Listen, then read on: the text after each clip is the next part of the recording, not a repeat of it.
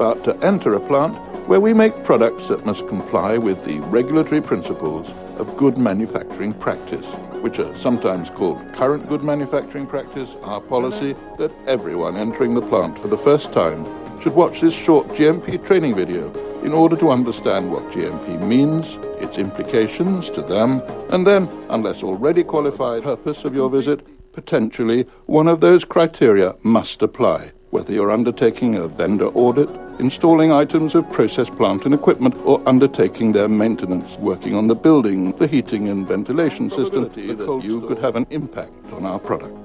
To minimize the chance of that happening, we ask you to observe all the rules followed by our own staff in terms of contamination control, personal hygiene, dress codes, behavior, and, where appropriate, your working and reporting method. We must ensure that in this plant of every description are a major potential source of contamination, usually because they're carried from job to job, the last one of which may just have been a similar task, but in a different production area, making a different product, with a risk of product cross-contamination.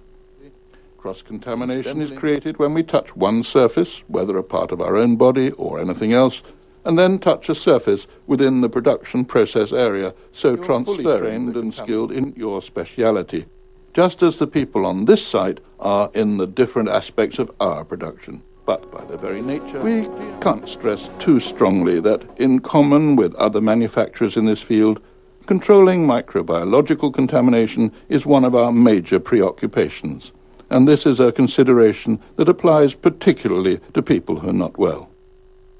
If you have a cold or the flu or another infection, firstly, please advise your supervising contact immediately.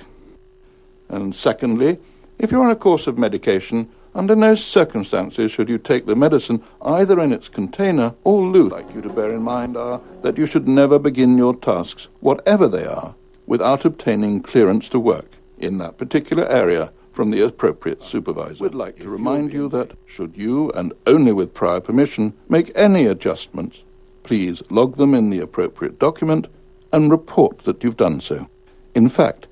this is so important that we're going to repeat it. Aware of the health and safety rules that apply to this site. In particular, bear in mind your own well-being, and even though you should only be in such an area with correct protective clothing, report to the supervisor should you have any indication that you're suffering from an adverse reaction to airborne particles. Make certain that your host supervisor knows where you are at all times, and make certain to check out with security when you leave.